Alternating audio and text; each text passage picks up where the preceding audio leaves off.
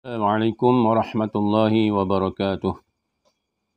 Alhamdulillah wassalatu wassalamu ala Rasulillah wa ala alihi wa ashabihi wattabi'in at-tabi'in lahum bi ihsanin ila yaumiddin, amma ba'd.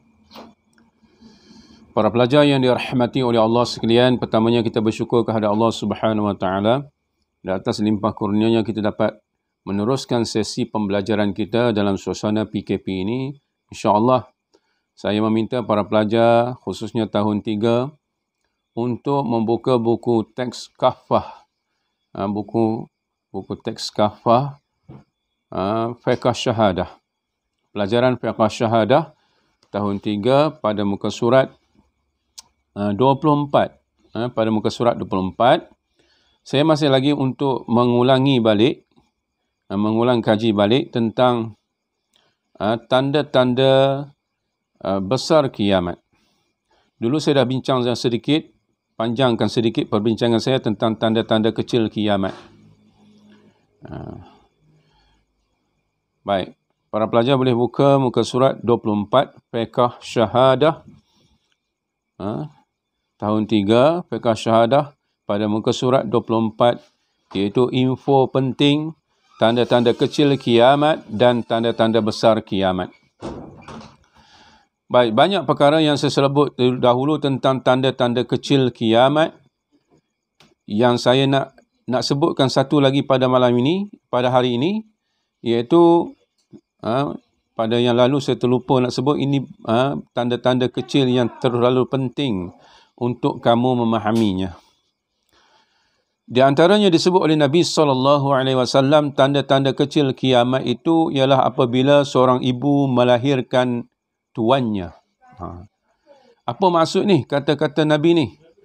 Nabi kata, Rasulullah SAW kata bahawa sampai satu masa nanti, di antara tanda-tanda kecil kiamat itu, seorang ibu akan melahirkan anak yang menjadi tuan kepada ibu tersebut.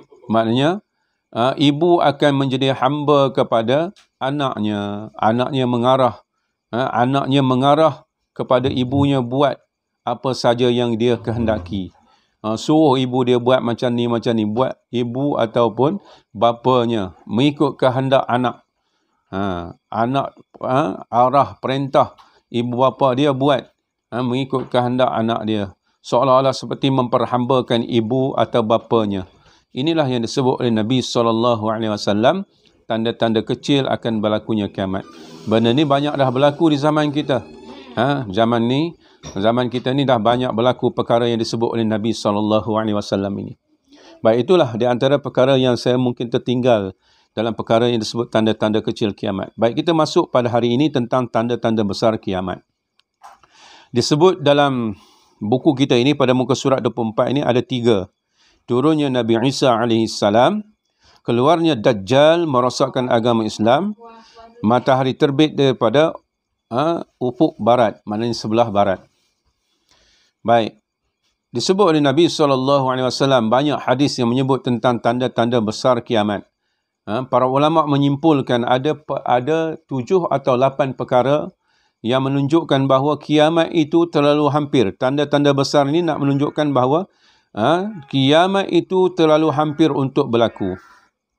Yang pertamanya Nabi menyebut dalam hadisnya, iaitu apabila Allah Subhanahu wa taala menzahirkan binatang yang boleh bercakap, yang dikatakan dabbatul ardi, binatang yang keluar daripada bumi boleh bercakap.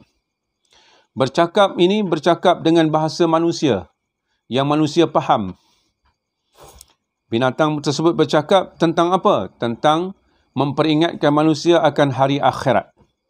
Memperingatkan manusia tentang hari akhirat. Itu. Lalu binatang tersebut akan bercakap kepada manusia, memperingatkan manusia bahawa akan berlakunya kiamat. Itu tanda awal. Tanda awal di antara tanda-tanda besar akan berlakunya kiamat. Yang keduanya, Allah Ta'ala, menurut hadis Nabi SAW, yang kedua selepas itu akan berlakunya Ya'jud dan Ma'jud. Ya'jud dan Ma'jud. Allah Ta'ala menzahirkan Ya'jud dan Ma'jud. iaitu sejenis binatang yang akan merosakkan segala keperluan makanan manusia. Segala keperluan manusia, makanan dan tumbuh-tumbuhan yang diperlukan oleh manusia untuk makan, dirosakkan oleh Ya'juj dan Ma'juj.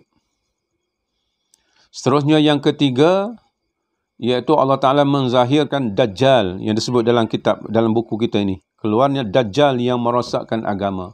Apa yang diistilahkan merosakkan agama ini? Dajjal mengajak manusia supaya menyengutukan Allah. Adanya Tuhan yang lain. Iaitu Dajjal menganggap dia Tuhan.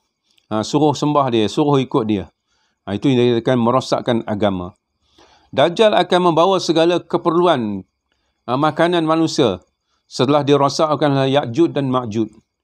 Jadi manusia yang memerlukan makanan untuk hidup, dapatkan pada Dajjal.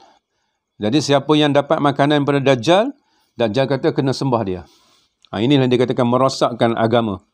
Dia akan merosakkan agama, pegangan agama.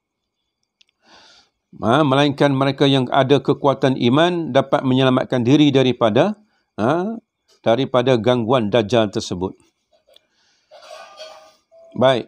Yang keempatnya disebut Allah Ta'ala menurunkan Nabi Isa alaihi salam.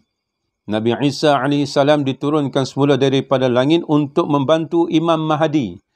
Allah Ta'ala menzahirkan Imam Mahdi yang akan menyelamatkan manusia daripada gangguan atau daripada rosaknya agama Islam daripada perbuatan Dajjal tersebut.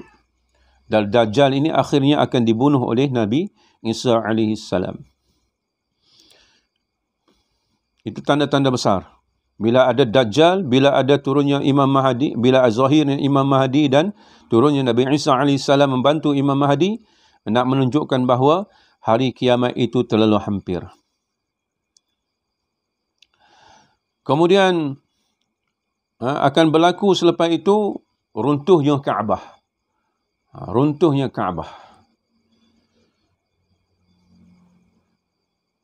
Dan yang seterusnya iaitu bila mana Allah Subhanahu wa taala menurunkan yang dikatakan ad-dukhan, iaitu asap hitam, kabus hitam, awan hitam yang menjelumugi seluruh dunia ini, seluruh alam ini, yang akan mematikan orang-orang yang beriman. Yang akan mematikan orang yang beriman. Yang hidupnya orang yang tidak beriman. Dengan sebab asap hitam tersebut, ad-dukhan. Dan tanda-tanda yang terakhir yang disebut oleh Rasulullah SAW ialah bila matahari terbit daripada sebelah barat. Sekarang ni matahari terbit di sebelah timur. Tapi sampai masanya, bila mana matahari terbit di sebelah barat, ketika itu Nabi kata pintu taubat tertutup. Tak ada lagi lah peluang untuk bertaubat. Taubat ketika itu sudah tidak diterima oleh Allah Subhanahu wa taala. Bila mana matahari terbit di sebelah barat. Sekarang ni matahari masih lagi terbit di sebelah timur. Baik, itulah di antara tanda-tanda besar yang akan berlakunya, yang menunjukkan terlalu hampir berlakunya kiamat tersebut. Jadi, insya-Allah di atas apa yang saya berikan ini, semoga para pelajar dapat memahaminya, dan insya-Allah sekali lagi mana-mana pelajar yang belum menyelesaikan tugasan yang saya berikan pada minggu sebelum cuti lagi, pada muka surat 25 dan 26, aktiviti 1 atau aktiviti 2, sila siapkan tugasan-tugasan tersebut insya-Allah. Saya rasa cukuplah sekadar itu untuk kita ulang kaji balik tentang tanda-tanda kecil kiamat dan tanda-tanda besar kiamat insya-Allah.